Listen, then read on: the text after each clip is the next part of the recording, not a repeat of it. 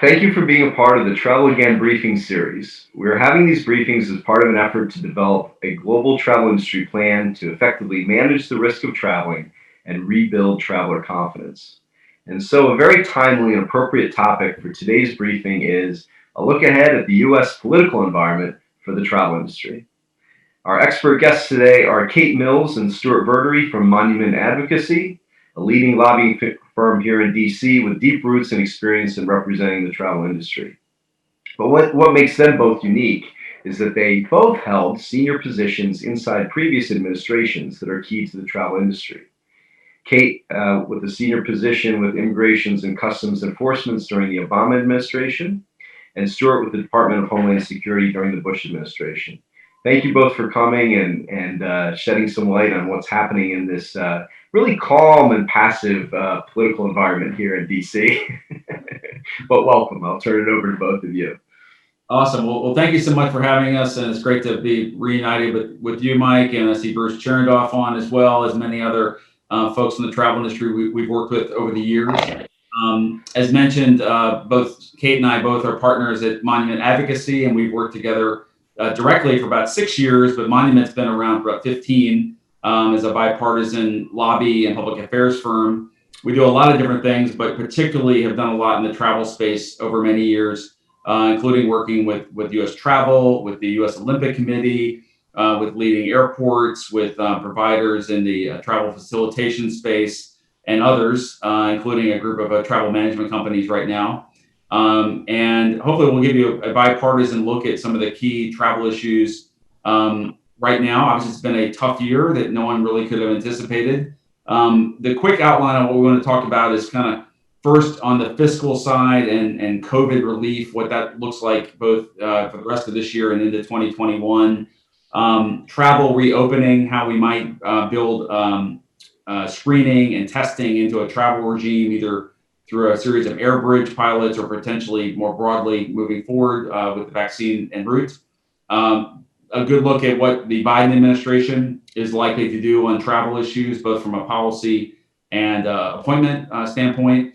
And then we can back up and talk about some of the individual sectors that we know you all care about. Does that work well for you, Mike? That's great. That'd be you've got just about everything on our list, so that's terrific. Well, perhaps again we'll start with I think the relief side, which is really where the industry has mostly been focused since the pandemic hit in March. And Kate, I think I'll turn it over to you. Talk a little bit about what you think the Democratic viewpoint is on fiscal relief, both kind of with the current Congress, but also looking into next year with the Biden administration, assuming that the president doesn't pull a rabbit out of the hat on his legal challenges.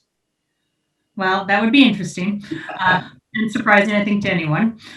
Thanks, Stuart. And thank you all for having us. Stuart and I have enjoyed talking about travel and working with it for many years. So I hate to say this right now, but things are sort of in flux, which I think we all know. But federal funding ends on December 11th. And as of about 3 days ago, Pelosi was back to saying that the starting negotiating package on COVID is the HEROES Act, which puts her about $2.3 trillion difference between the Democrats in the House and the White House. So I think that is interesting. I don't know if we're going to get to that. Last week, Mr. Hoyer said that we're headed towards an omnibus, but it would have to include some sort of COVID relief. The Senate Republicans, and I'll let Stewart speak to them, actually released their bills for 21 last week as well. And, the Democrats put out their marker that it's great that they released it, but it didn't include any relief package for COVID. Also has a handful of other issues that aren't related to travel and to the industry. So I think what we might be headed for, despite everyone's best efforts, is another CR. And it seems sort of more likely. Now, the question is, does that CR have any type of relief in it? And I think depending on how things go during the leadership elections this week, and as we're, politically, we have 18 days till December 11th, give or take, of working days. So things are going to kind of play out over those next few weeks. So what does this actually mean when we go into assume a Biden administration? Biden has said, in particular because of his experience in infrastructure and travel, that he wants to provide support to the airline industry and to the employees. So I think if you're going to see anything on a COVID relief package or anything related to COVID and travel, you'll have support from the Biden administration in that. Now, the question is, what does that mean when you have a Democratic House and a Republican Senate? I think it depends on what actually is in those packages and what people are willing to offer and negotiate on. And I think it'll be sooner rather than later. With this delay in getting the transition team in place, what does that mean for a Biden budget? I don't know if we're going to get it as early as we usually get it in February. It's probably going to be closer towards the end of March, which I think will impact some of the timing on relief packages and things along those lines. And Stewart, do you want to take what you think your colleagues in the Senate might be doing? Yeah, and I'll admit I've been surprised that in a year of really tough economic conditions, particularly in the travel space / restaurant hospitality space, that the parties had not been all found in agreement. When we went to the CARES Act back in March and then into April, fiscal discipline went out the window. We had just a humongous bill that passed relatively easily, and we've been in this stalemate ever since of parties jockeying as to what type of package that they're comfortable with. And they're, as Kate said, they're pretty far off in lots of issues. Money for state and local governments, what unemployment insurance looks like, those types of things, and not to mention the liability issues, which negotiating liability reform has always been hard, and any liability provision that's ever passed the Congress has been bitterly fought between the parties, and that negotiation hasn't even started. There's a Republican provision that has been in various bills. Democrats have said they don't like it, but there's been no negotiation as to what a compromise liability provision might look like. So, even with the fiscal things that they can be solved, that issue itself is problematic in terms of getting a result. I was thinking that the lame duck might be an opportunity for the parties to bridge the gap on the fiscal numbers, but there does not seem to be any constructive negotiations underway, either between the two parties, certainly not with the Trump administration, who seems to have kind of abdicated the field a little bit after Secretary Mnuchin's very aggressive negotiating throughout the fall didn't work or didn't pan out, and now he seems to be off the playing field. And basically they've said to McConnell, you go figure it out. And he just does not seem willing to budge.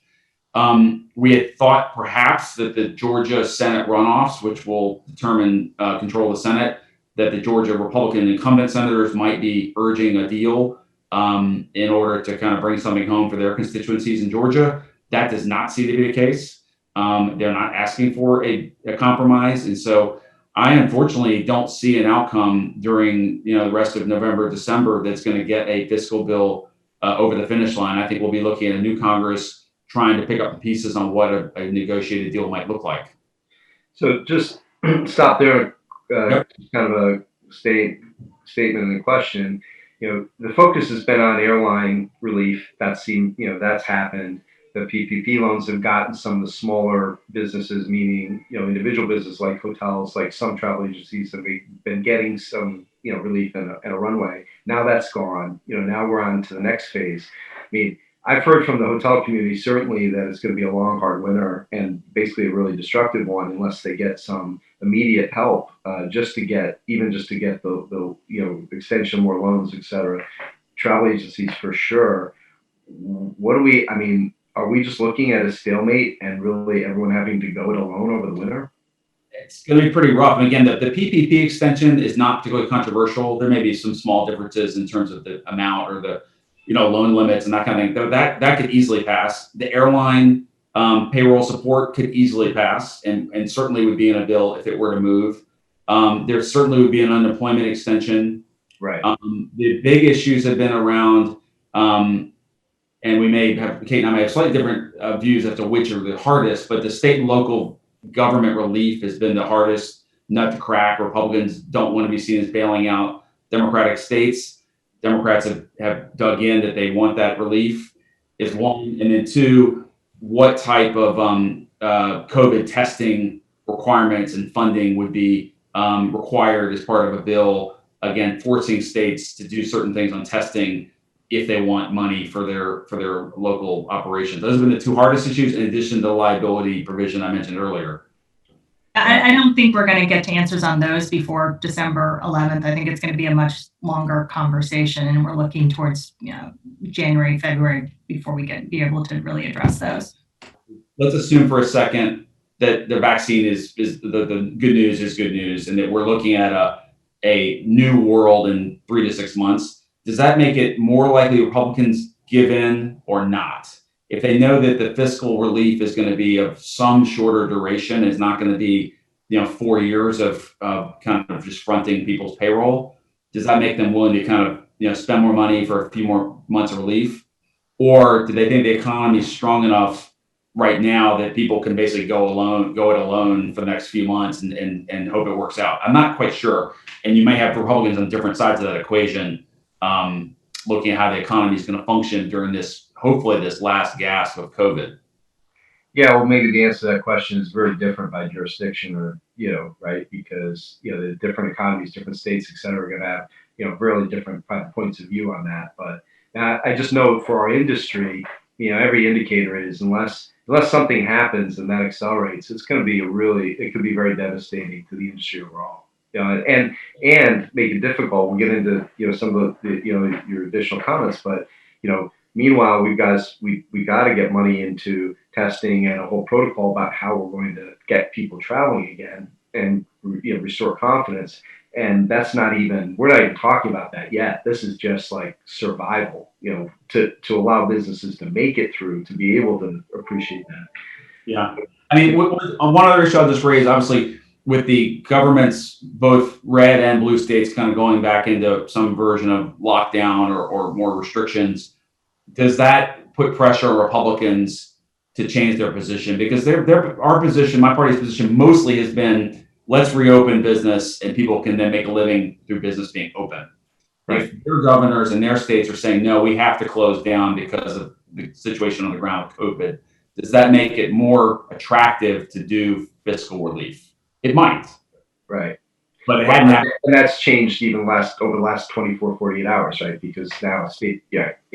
Yeah, I was going to say, I think we'll have a much different story after Thanksgiving, because I think your numbers are going to continue to go up over the next few days, and then I think next week towards the end of next week we'll start seeing a change in numbers. I think that might change some positions. We all, I think, kind of were operating under the conclusion that Trump was either going to win or kind of be gone, and if he is neither of those, he's running again or threatening to run again. It's hard to imagine he's going to want his last act to be, last act besides protesting the election, but other last act of signing a $2 trillion bill. Yeah. Doesn't seem to fit with how he's going to position himself going forward. So that's unfortunate as well. Right.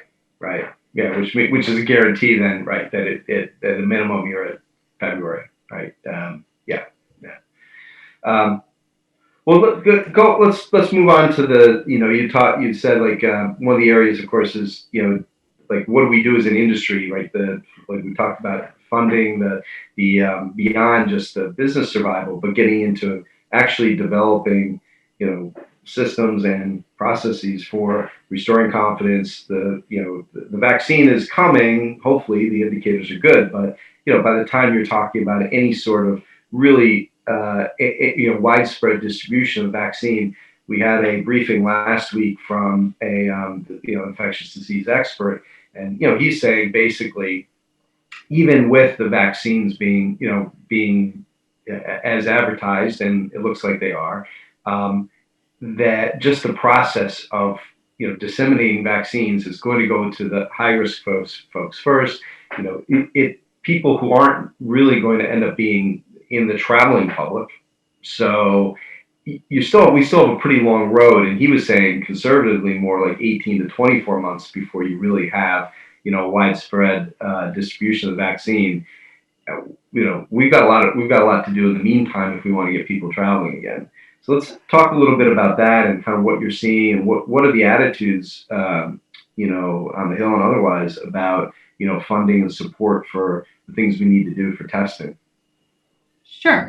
Stuart, I'll go ahead and just sort of start a little bit on what we're hearing from Team Biden.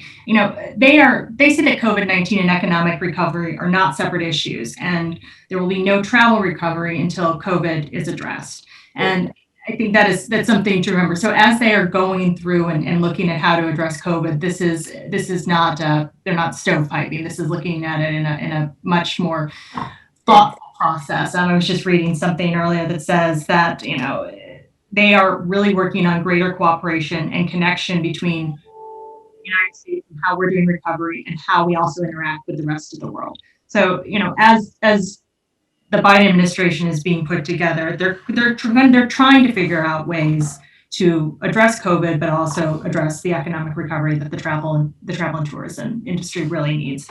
There's lots of talk about things that could or could not happen sort of post-COVID, which I don't think we're going to be in, as you said, for a while. But as we start to move forward on travel, I think you're going to see as things start to recover, you'll start seeing some loosening of restrictions on travel. I think, obviously it's not as big of an impact, but things like the Muslim ban, so that will come off immediately. I think they're going to start looking at maybe loosening some of the restrictions on travel overall to Cuba, which might be something, obviously down the road. But, back to what this means for the vaccine and the industry, it is, Stewart has pointed out a couple times that the folks who are on the COVID-19 task force for Biden, there aren't a lot of people in the travel industry who are part of it. It's all scientists. And I think that's something to remember. Science is really going to help draw and put together the plans as they're moving forward. But the rest of the folks who are who've been named on the transition team and some of the possible nominees, I think, come at this with a little bit broader knowledge of the economic impact of travel and the importance of it, and what the Biden administration needs to do to make sure that this industry isn't left behind. Yeah, because the irony, of course, is that, and it's been said many times, but with the president being a hotelier himself and, having been in the industry, we would have thought, there'd be let's say, more of a understanding of and importance in terms of this. And, largely there's not good travel representation today. And we need to be in a better place with that. And clearly, because again, and part of what we're, as a group, we're working on is, what things restore traveler confidence? How can the different sectors work together even within our industry? But we can't do it without government help. I mean, there's so many kind of critical roles that they obviously have played. You two both worked in the administrations, that it can either be an enabler and help the recovery as it comes, or it can be a huge hindrance. And we need the help. We need the help on that front in a big way. And that part of it is this, coming up with a good testing protocol that can, not eliminate risk, but certainly reduce it down to a level where you can start to, get rid of the quarantine requirements. Because again, for business or leisure travel, it's pointless unless we have, unless we can do that. What generally, I mean, is there an awareness on the Hill? Do you think there's an understanding generally of like the importance of this in terms of of really a fundamental moving part of how this is how we can get people traveling again? Yeah, I mean, I think, in terms of kind of how do we rebuild a travel system that takes advantage of testing and acknowledges the risks that we have right now. I have to say I've been really disappointed with our executive branch this year, both its own activities, but inability to work with other governments. If you told me in March that we would not have a testing as part of a travel regime, basically I've been like, you're crazy. We were able to rebuild our travel systems after 9/11 to incorporate terrorism screening, watch lists, biometrics, identity management, all those kinds of things. It took a while, but we were able to do it. And this should have been handled the same way. I think the dilemma has been a couple things. One, despite the critique of the Trump administration of not listening to scientists, in this respect, CDC has gotten its way largely and has been recommending very tough travel bans, not lifting the ones that were put in place early on when it made more sense to try to keep the virus out. Now that it's everywhere, it doesn't make any sense to have a regime where you can't travel in from Europe, the UK, and a few other places at all. And Yet other places you can come in without any testing. You can come in from Africa, you can come in from Asia, you can come from South America largely without any tests. So the good news, there have been a few good shoots of good news, perhaps. One, the interagency process, that's CDC, Homeland, DOT, and state, did put together a concept paper asking the president to approve an air bridge proposal that they could then go take to foreign governments and try to negotiate with them. That apparently was presented to the president just before the election, has not been acted on. So we're hoping it'll be acted on, either by him or potentially by Vice President Pence, to allow the government to go negotiate an air bridge pilot or pilots with interested governments. UK, we know, is in the mix. That's probably not a great candidate right now with their on the ground conditions, but there may be others such as Italy, potentially Canada, potentially Japan. Even though we don't have a travel ban for Japan, they would like to show travel confidence in advance of the Olympics next year. Getting that approved would be huge. But, again, we have not seen the kind of leadership that we had hoped throughout this year. The other thing I'd say, and again, the industry, while I think well-intentioned, has really had kind of a lot of different players. There hasn't been a one kind of locus of activity on working with the government on how a testing regime could be implemented. There's been proposals, there's been pilot, there's been airline specific things, there's been airport specific things, there's been Hawaii specific things, but there hasn't been kind of a common ground where industries come together to go to the government and say, we want you to do X and not to do Y. Yeah. And we need that. Yeah, and that's a great point, and that's again part of the you're hitting right to the heart of why this group formed. Again, we're trying to enable our industry and help. It's not that a lot of good work hasn't been done, and you've got a lot of smart people with working on the different elements and representing their constituencies. But as a travel industry, we haven't pulled together like in the way that we need to in this kind of situation. Now, again, this is a once in a lifetime, hopefully. Situation that we will work through and learn from, and your analogies about how we tackle the terrorism challenges is really a very apt comparison, because we need to have the same attitude, a risk-based approach, systematic across the whole industry, but we don't function that way as an industry too. And we need to more. And I keep saying too, if losing 80 or 85% of your transaction base is enough of a motivator, I don't know what is, because this isn't about competitive issues. We have to get the tide rising for everybody, or this is it's an end game, right? So that was the point I was going to make. Actually, is again, having worked on the travel issue for a long time, a lot of the battles have been industry on industry violence. It's airports versus airlines, it's airlines versus airlines. Yes. It's things. This has not been the case really. I mean, this is more kind of a maybe it's like if you're drowning in quicksand, you don't have time to kind of come up with a great plan. But I feel like we could have done a better job coming up with something that was credible back when the virus wasn't as bad as it is right this second. Yeah. One thing I was going to flag, and maybe Kate could follow up here, is I do think that again we don't know all the appointments yet, but having like Ron Klain as the White House Chief of Staff is probably a really good first step, in that he was the Ebola czar, I believe, and so has a really good sense of how medical issues and travel intersect. Now, obviously, Ebola and COVID are a lot different problems, but the fact that he understands probably how airline systems work better than your average political person. So, good start perhaps. Very helpful. Yeah.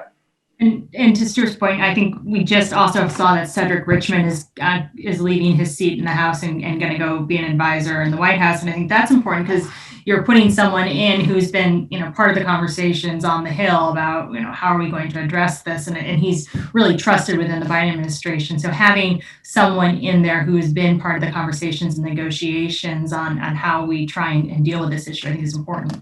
And, from a staff level, from the people we've been talking to who are trying to get some sort of negotiation, I would say that 8 months ago, everyone was still sort of taken by surprise and trying to figure out, how to operate in this when we're all doing meetings via Zoom and they're not with their bosses all the time. So, we didn't come together as we talked about post 9/11, but I also think it was a very different work environment for the people who were supposed to be coming up with some of these solutions. And I think that clearly probably was part of the challenge, and just on the legislative side. Yeah, I think that's definitely a factor. I mean, we've heard that come up too. It's like, well, even when you specifically look at business travel, it's like, well, you've got a number of issues to fight through, right? One is, to your point, I mean, a complete, disruption, unsettling of like everyone's work habits and process everything. Everyone's trying to figure out their own personal environment, let alone, how they fit into a bigger, ecosystem. But, the early surveying we've done and pulsing we've done, and we've created a confidence index to look at business travel and leisure travel. And, it's really, obviously confidence is very low in traveling, but when you dig even underneath it, I mean, you still have 40% of business travelers who say that they are ready to travel or willing to travel. And, if asked by their employer. So you still have a really unhealthy percentage of the population who's not, even if they asked her to travel, will not, or not without a lot of trepidation, right? And on the leisure side, the challenge there is that the ready to travel number is like 9%. It's very low. And because again, the confident, I mean, people will do it. They are when they have to, but we've just got a huge challenge ahead where even if we could open up the environment tomorrow, rebuilding that confidence more than just I clean my planes, and I clean my hotel rooms. It's like, wow, we've got a lot of work to do to get people confident in the entire process again. And again, that's the challenge too. I think it's encouraging to hear that there's people who have that, maybe will be tapped into that sensibility and have that perspective. But again, even there, I think we have a long road to get that full awareness beyond just the immediate relief efforts we've seen so far. Yeah. One thing you asked about the Hill, and Kate mentioned this briefly. I do think relying on the Hill on the reopening stuff is probably a losing bet. Jurisdiction on these type of issues is so complicated between kind of the health committees, the commerce committees, the homeland committees, and we've had a number of meetings and calls with Hill offices. They're kind of like, that's not our problem. That's the executive branch's problem. They're the ones that negotiate with foreign governments. They're the ones that have the rules of travel. So I wish there was more Hill interest. But it is going to be a heavy lift to build that up. I think this is going to have to be an executive branch level effort, both the outgoing administration and the incoming. So the Hill can help, but I don't think they're going to jam the executive branch and tell them they have to do something in a particular way. Right. As an aside, I saw that there was a number of the former Homeland Security officials that all come together to say, about changing the way they work with the Hill in terms of the approval process and getting to a simpler, maybe more like defense, right, where you have one place you go. Does that get any traction? Just curious, because that's one of the issues, right? It's like even if everyone lines up and wants to do something, then you have a multi-headed hydra of approval process to try to get anything done or any funding. Yeah, I mean, DHS has something like 110 committees and subcommittees of jurisdiction. Chairman Thompson went to the Appropriations Committee earlier this year and wrote a letter saying we need to simplify the jurisdiction. It's just hard, and obviously Stewart was there when DHS was formed, but because you run in so many entities, you have so much jurisdiction, and I can't, see the Judiciary Committee giving up jurisdiction over immigration. So I understand why. It's just Congress is very protective of their committee, of their jurisdiction. I don't know, Stewart, if you want to speak to that. Yeah, I don't see it getting fixed. And again, normally it's enough committees already, but then you add the health aspects of this, which is a normal part of kind of Homeland Security, and that's made it even more complicated. And you can imagine, again, if under kind of the Biden lens of things, if it's health first, then that's going to bring in HHS as the lead, as opposed to like DOT, those types of things. I think, our hope though is that there is a balanced approach. And again, we've been thinking about this in terms of testing. How can somebody travel if they can show they're low risk because of a test or tests? Right. But soon we're going to have we'll have the vaccine issue. Okay, so we'll have people, it'll be 1%, then 5%, then 40%, then 80%. At some point, if people have had a vaccine that itself may not be perfect, but is good, how does that person demonstrate their lower risk to governments? How do you have that health profile in your traveler records? Those are things, again, that, we ought to be working on now, knowing that it's coming, and that typically it's not part of a way a government reviews somebody's. Right. Yeah, I mean, it's a great point, and it came up again with our briefing on the infectious disease size, because there is a viable testing protocol that we could come up with that would require, a kind of a let's say a very deep, accurate kind of test early, a few days before, and then kind of some rapid testing throughout the trip in a pre-vaccine environment. That could be really effective, right, and help facilitate that. Again, it just, to your point, it's like, but then what happens? This can't be a throwaway process, because then you still have the challenge of using something like a common pass, a way that you have to. It's not enough just to do it, but it's being able to demonstrate it and that shows that you really did have those tests, you really are clear. And does it fit? Is it like a global entry type, product or process that has to develop? And again, those aren't cheap and they aren't fast. We're a long way from having that be, something that the entire population or a good portion of it is using to travel. One rumor mill issue I'll just throw out there, and you guys may have heard this as well, is there's been a rumor floating around for a couple of weeks that the Trump administration is going to remove what are called the 212F travel bans. So that right now basically says you cannot come into the United States as a foreigner from the EU, UK, Brazil, China, or Iran. You can come in if you're a U.S. citizen returning or an LPR. You can come in if you go to a third country and burn a 14-day quarantine, but you can't come in direct. The rumor is they're going to lift those and allow people to travel from those jurisdictions just the way you can from Asia, most of South America, the Caribbean, and the like. If they do that, and I'm not sure that's going to happen, but it might give the Biden team a more open playing field to inherit that says, okay, we're going to build in more of a risk-based approach across the whole world, right? Not just have this country-specific delineation, which honestly hasn't worked very well for either side of the delineation. But that's going to take the president and his team. It'd be a big deal, and I'm sure there'll be health reactions of, wait a minute, we're letting Europeans come in, and cases are terrible. So I believe it when I see it, but we've heard the rumors that they're considering it.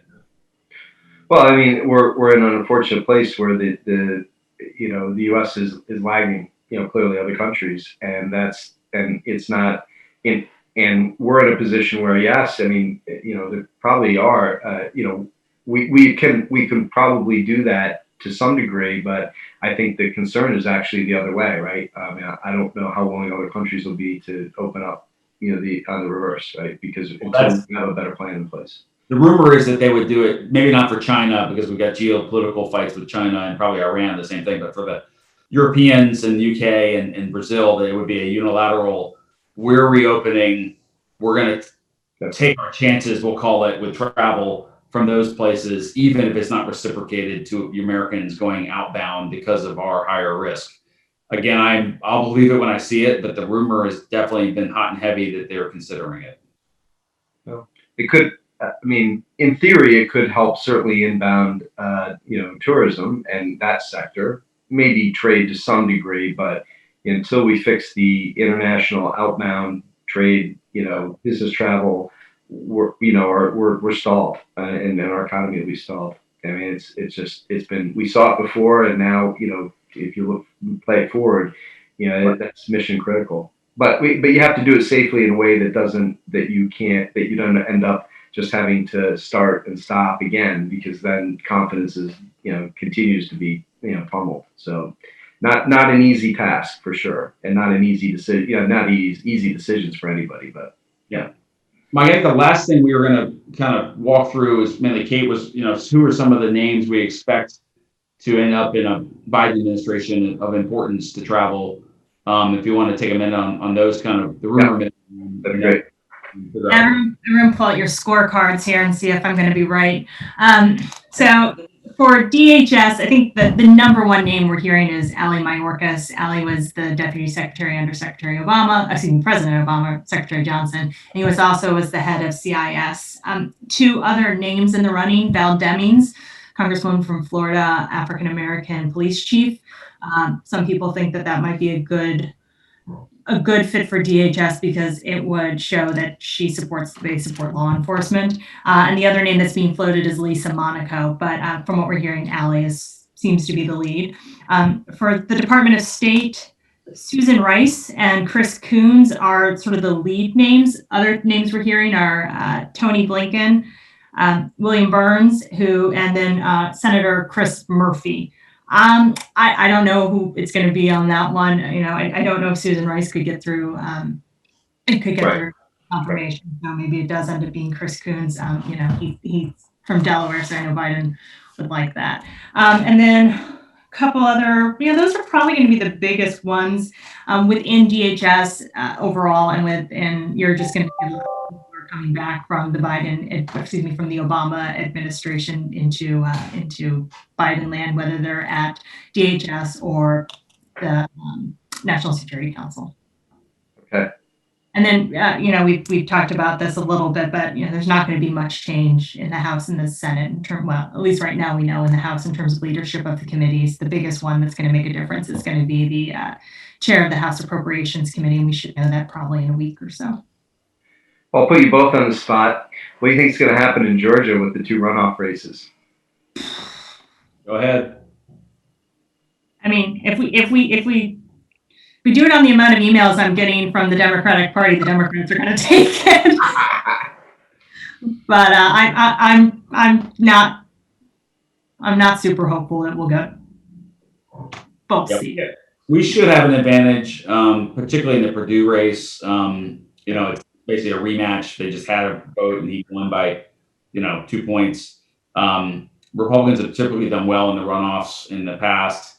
This year's could be different just because of, lots of reasons. Democratic enthusiasm sky high. We believe Biden and probably Obama will both be in Georgia trying to win those seats. Not clear President Trump is going to be in a mood to be helping anyone.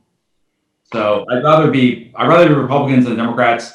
In particular, we only have to win one, and while they're, it's hard to imagine why they would be wildly different vote totals. If it's a half-point race, there may be a half point of people who split their tickets. So I'd rather be us than them, but it's going to be close, and a lot of people are going to spend a lot of money down there. Yes. Yeah, I was going to say, one thing you can be sure of, right, is that there'll be a record amount of money spent between now and the runoff. I'm sure it'll set. It has already, I think, right? But this will distance it in terms of the amount of money spent in between now and the actual election. Yeah, it'll make the South Carolina Senate race look like it was, like a school board. Yeah. Well, I mean, it'll be certainly interesting to watch, and to your point, I'm sure everyone will be pulling out the stops. There'll be a hyper focus on that. But concerns too is like hopefully that the hyper focus will turn away from the actual things we really have to get after here. For all, right? It's not. Keep saying it's not a party issue. It really isn't. These are survival issues here, not party ones for sure. But well, it's also going to be interesting to see. I mean, again, we've just had an election nationwide right as COVID was kind of coming back. We'll call it. Now you're going to have an election presumably after a couple of months of really tough conditions on the ground. Yep. Both economically, you're going to have a lot of family issues around the holidays and people not being able to it's going to be a really tough couple of months. What does that do for the politics down there?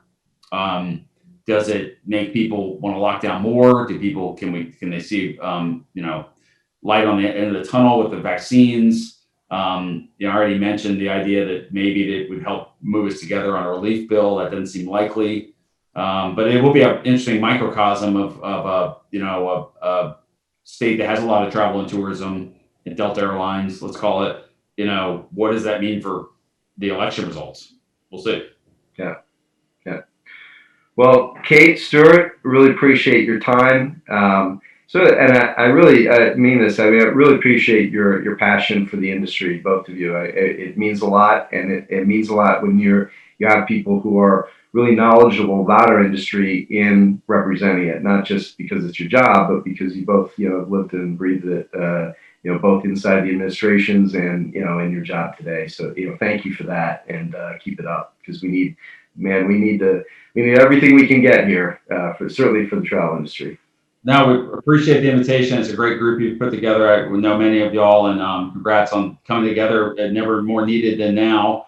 The only, I guess, the glimmer I would say, I do think the long-term trends, people want to travel. I think business travel is going to be trickier, but leisure travel, I expect, is going to explode when people can do it safely again. And long-term trends, I think, are really good, and people are probably got their bucket lists lined up, and I'm not going to postpone it like I used to. So I feel like we're on the right side of the pandemic, but it's going to be a tough couple months. And then some. But yeah, I don't think. I don't think we need to convince people to want to travel, but it's how do we knock down all the barriers to get back to being able to do it again. To your point, but yeah, I don't think there's a person in this group or anyone we've surveyed or talked to that wouldn't want to be back having a business dinner or or a great vacation somewhere, for sure. So, hey Mike, before we sign off, I see Bruce has put a comment in the chat here about whether we would have a travel czar, we'll call it, in the Biden administration. I'll take a first crack at that, and then Kate, you want to jump in? I think that COVID is going to be the travel czar. The COVID task force is going to be the travel czar for the beginning, but I could easily see them appointing somebody later to kind of help the industry recover once we've kind of gotten the COVID response more solidified. Yeah. Yeah, and I think that's accurate, Stewart. Well, that'd be great again for our industry. We as we've talked about throughout, it's such a complex industry, touches everyone. The integration across all the different sectors of travel, along with all the places it touches within government. I mean, it seems like almost an obvious candidate for having an office that could really help be the glue. And boy, would that be welcome for our industry, for sure. Put that both on your list. We get that done. Well, again, Stewart, Kate, thank you for your time. Really appreciate it. And for everyone, again, thank you for being a part of our ongoing Travel Again series and briefing series, and more to come.